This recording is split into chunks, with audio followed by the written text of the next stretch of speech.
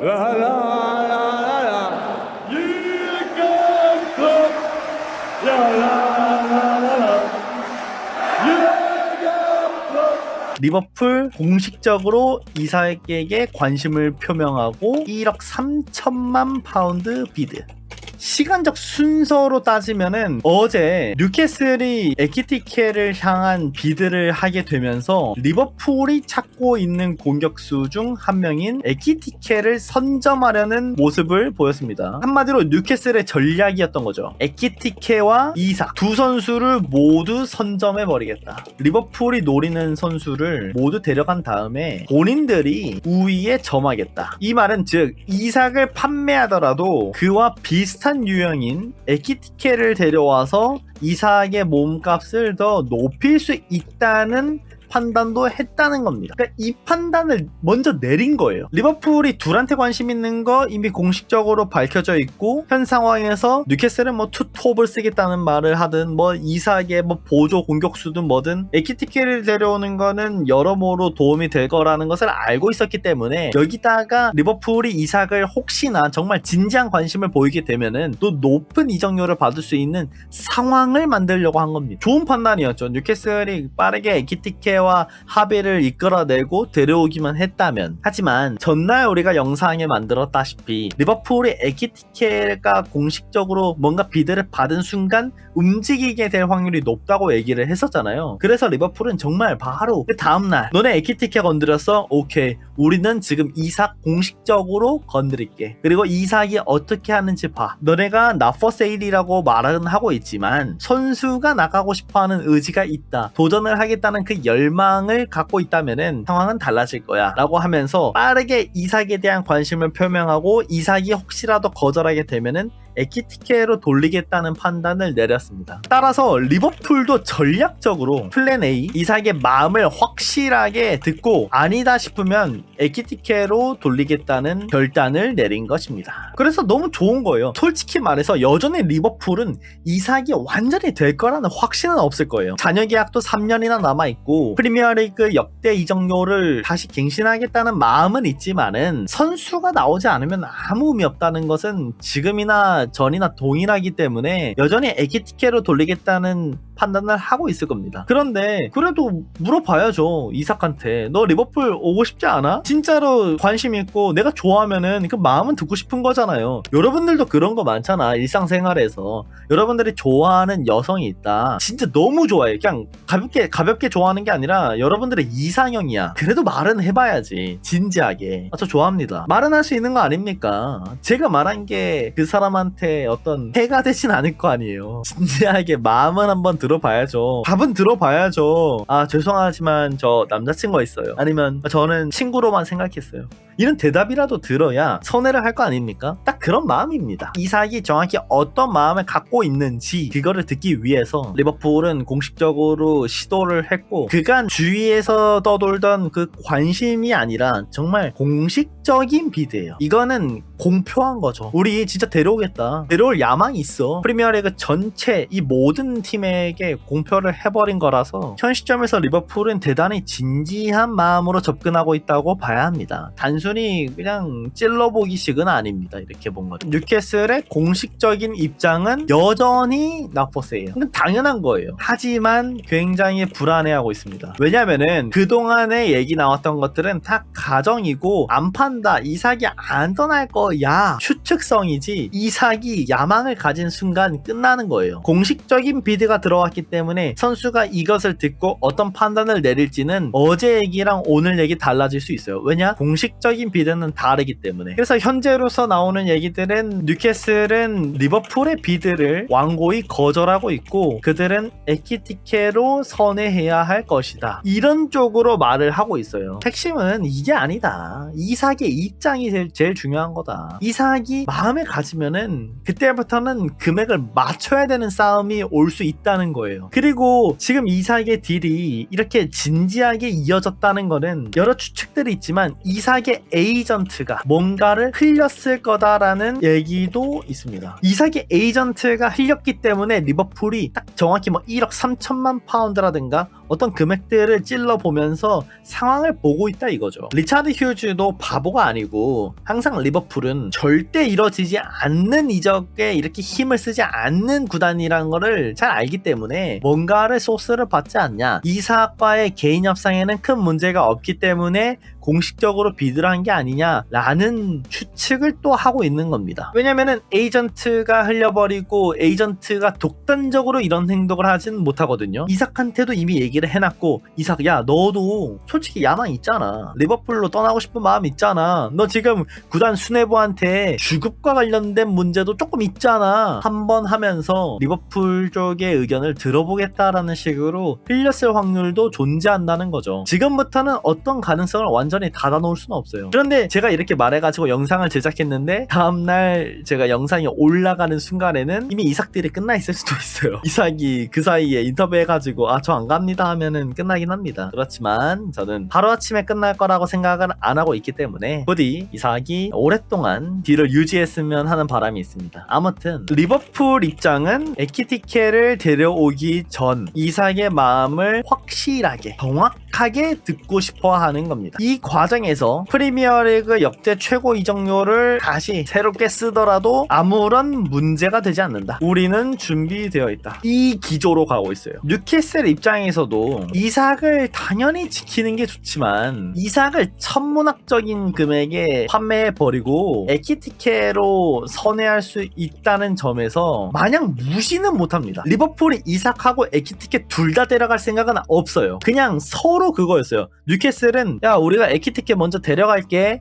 혹시나 나중에 이삭 데려갈 거면은 지금보다 좀 비싸질 거야, 너네 어차피 이삭 다음 플랜 B 에키티케 이제 못 데려가잖아, 이런 스탠스였다면은 이제 반대로 리버풀 쪽에서는 건드려? 오케이 그러면은 이삭부터 찔러보고 그 다음에 에키티케를 선회할게, 에키티케가 뉴캐슬 너네 좋아할까 우리 좋아할까 조금 뒤에 싸우더라도 우리 좋아하지 않겠어? 이런 생각을 하고 있다는 겁니다. 실제로 뉴캐슬이 프랑크푸르트한테 비드한 7천만 파운드 이적료는 바로 거절당했습니다. 뭐 지불 구조에서의 문제라든지 금액이 좀 불만족이라든지 어떤 이유에서든 첫 번째 비드는 거절됐어요. 그러니까 뉴캐슬도 에키티케를 데려오기 위해서 구단 레코드를 쓰고 싶어하고, 그런데 구단 레코드를 쓰더라도 과연 리버풀과 동등하게 경쟁했을 때 이길 수 있냐, 이게 문제인 거죠. 그러니까 리버풀은 구단 위상이라든가 체급 자체가 사실 뉴캐슬보다는 위에 있기 때문에 에키티케한테 아무리 그런 짓을 하더라도 어차피 우리가 같은 금액을 비드하면은 에키티케는 우리한테 올 확률이 높아 라는 것을 알고 있는 거예요. 그러니까 이삭 줄레, 에키티케 줄레로 뉴캐슬을 압박하고 있습니다. 생각보다 꽤나 오랫동안 딜이 유지될 수도 있어요. 다만 이삭이 다음날 아니요 저 뉴캐슬에 잔류할게요 라고 확실하게 공표해버리면은 그냥 리버풀은 에키티케한테 진심으로 다가가서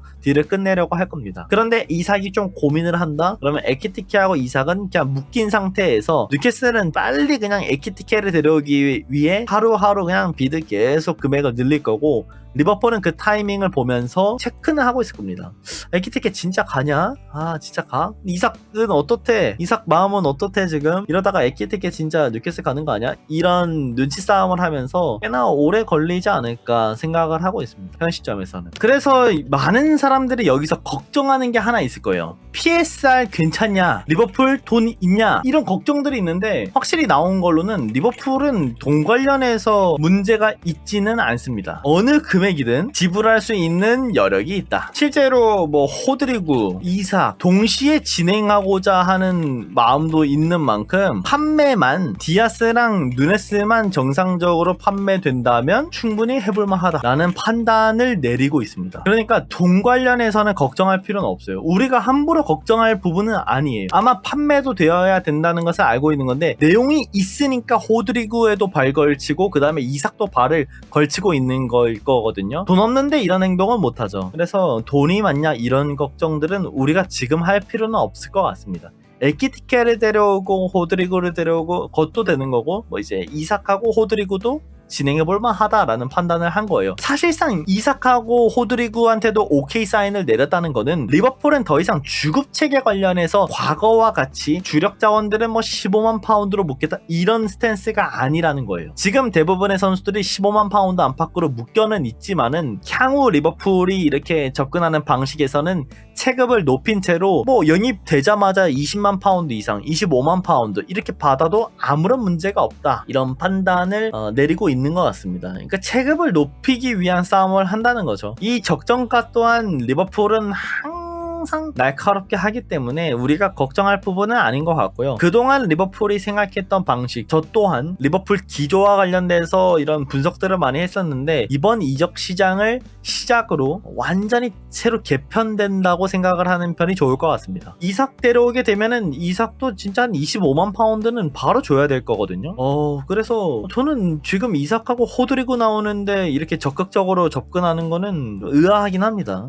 어떻게 선수들한테 보너스 비용을 넣는지도 추후에 발표된다면, 뭐 영입을 정말 하게 된다면 그때 딱 정리하는 게 좋은 것 같아요. 그래서 앞으로 두 팀은 어떤 눈치 싸움을 할 것인가. 리버풀은 이삭을 빼올 수 있는 타이밍과 이삭의 의사를 보면서 에키티케도 발을 걸쳐두기는 해야 합니다. 뉴캐슬은 이삭 딜과 상관없이 에키티케를 데려와야만 합니다. 만약 리버풀 입장에서도 뉴캐슬이 에키티케를 데려가는 게 맞아요. 그래야 이삭이 나올 수라도 있어. 근데 만약에 리버풀이 이삭을 데려올 거에 근접하고 있어요. 근데 에키티케가 만약에 다른 팀으로 가, 이거를 뉴캐슬이 최종 승인할 리가 없잖아요. 이삭도 본인이 떠나는데 자신의 후계자라고 해야 될까요? 대체 자원이 와야만 뭐라도 이렇게 나오지. 그게 아니라면은 서로 불편한 상황이 될 수 있기 때문에 리버풀은 에키티케한테 발은 걸쳐두되 우선은 이삭이 무조건 리버풀로 오겠다는 신호를 받아야만 해요. 그래야 뉴캐슬도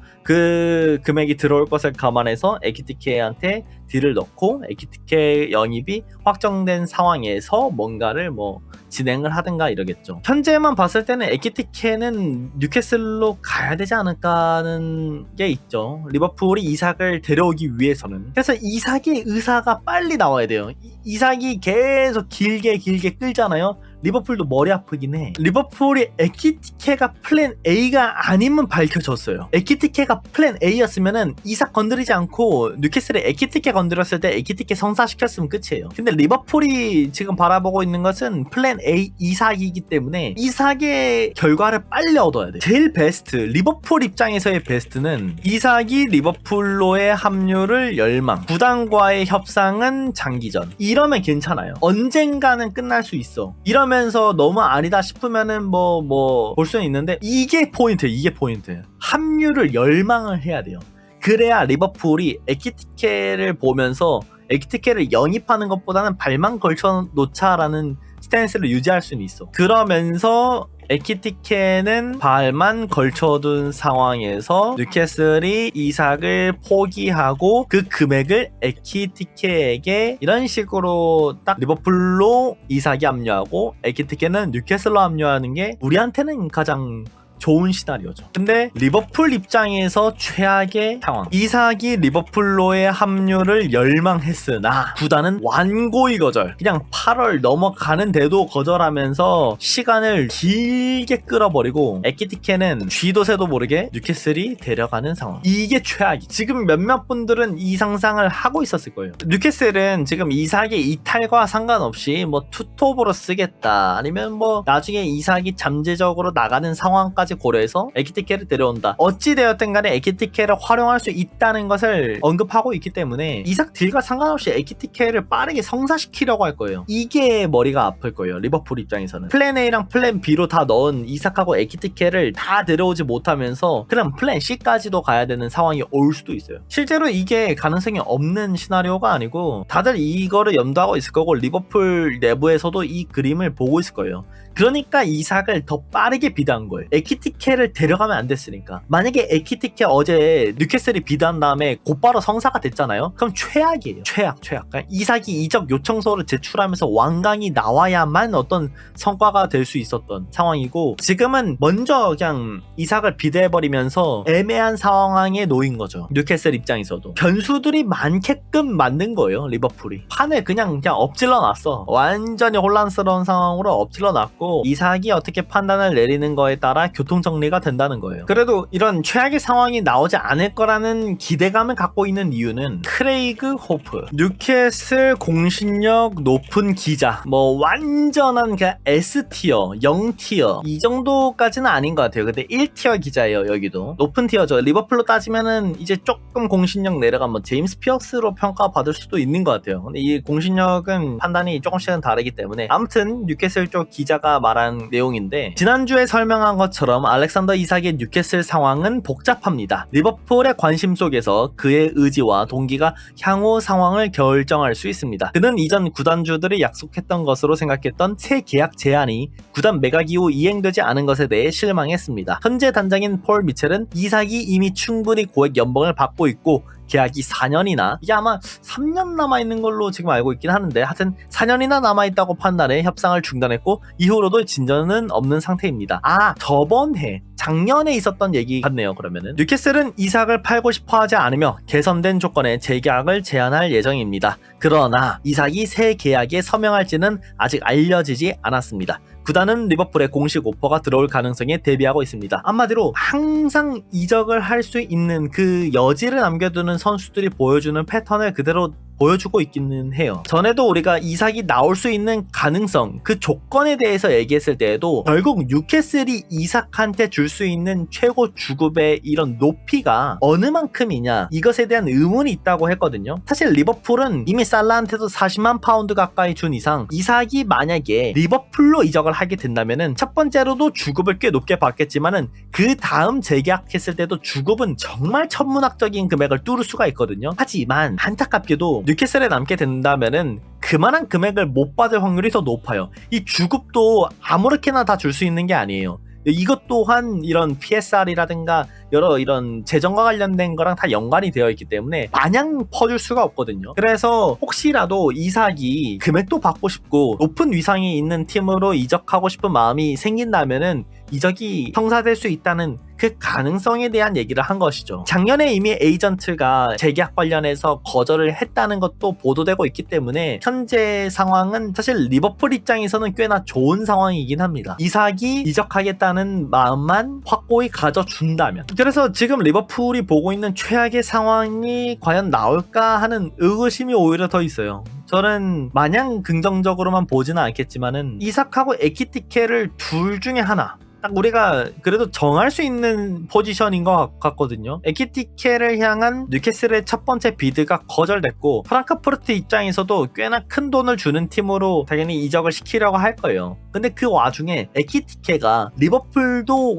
본인에게 관심이 있다는 것을 이제 거의 공식적으로 들어버린 입장에서 뉴캐슬을 선택할 수 있겠냐 이거죠. 심지어 리버풀 오면은 주전 퀄리티로 계속 뛸 수 있는데, 따라서 리버풀이 이삭한테 곧바로 접근해버린 이 방식 자체는 대단히 훌륭한 선택이라고 보고요. 이 전략, 이 선택이 어떤 결과를 만들어낼지는 아직 모르지만 할 수 있는 최선의 선택이라고는 봅니다. 어차피 리버풀이 플랜 A로 이삭을 점찍어 놨다면 이삭이 어느 만큼 하느냐가 지금은 중요한 게 아니라 리버풀 보드진이 계획한 대로 그 안에서 변수가 나오지 않게끔 대처를 한 이 방식은 칭찬받아야 마땅한 최고의 행동이 아닌가 이렇게 생각을 하고 있습니다. 그렇게 되면서 리버풀은 누네스 매각에 더 힘을 쓸 것으로 보입니다. 현재 누네스는 사우디에 큰 관심을 받고 있고 여전히 나폴리로의 이적도 가능성은 열려 있습니다. 이삭을 데려오게 되면은 누네스는 100%로 나갑니다. 왜냐하면 누네스는 출전 시간 보장을 원했기 때문에 감독의 게임 모델, 뭐 감독이 선호하지 않는 선수 이런 걸 다 제외하고 그냥 선수 개인이 출전 시간에 보장받아야 되는데 이삭이 오면은 절대 보장받을 수가 없죠. 따라서 누네스 매각과 관련된 어떤 소스를 들었을 수도 있고요. 누네스를 빠르게 판매하고 그 금액이 이삭이라든가 에키티케 쪽으로 흘러가는 거를 우리는 기대하고 있습니다. 잠시 누네스가 남을 수 있는 그 가능성, 그것에 대해서도 얘기를 했었지만은 이제 리버풀이 공식적으로 이삭 그리고 에키티케한테 관심을 열어버린, 비드까지도 지금 다 준비해버린 상황에서는 누네스는 더 이상 리버풀에 남을 수 없다 쪽의 의견에 힘을 더 실을 것 같습니다.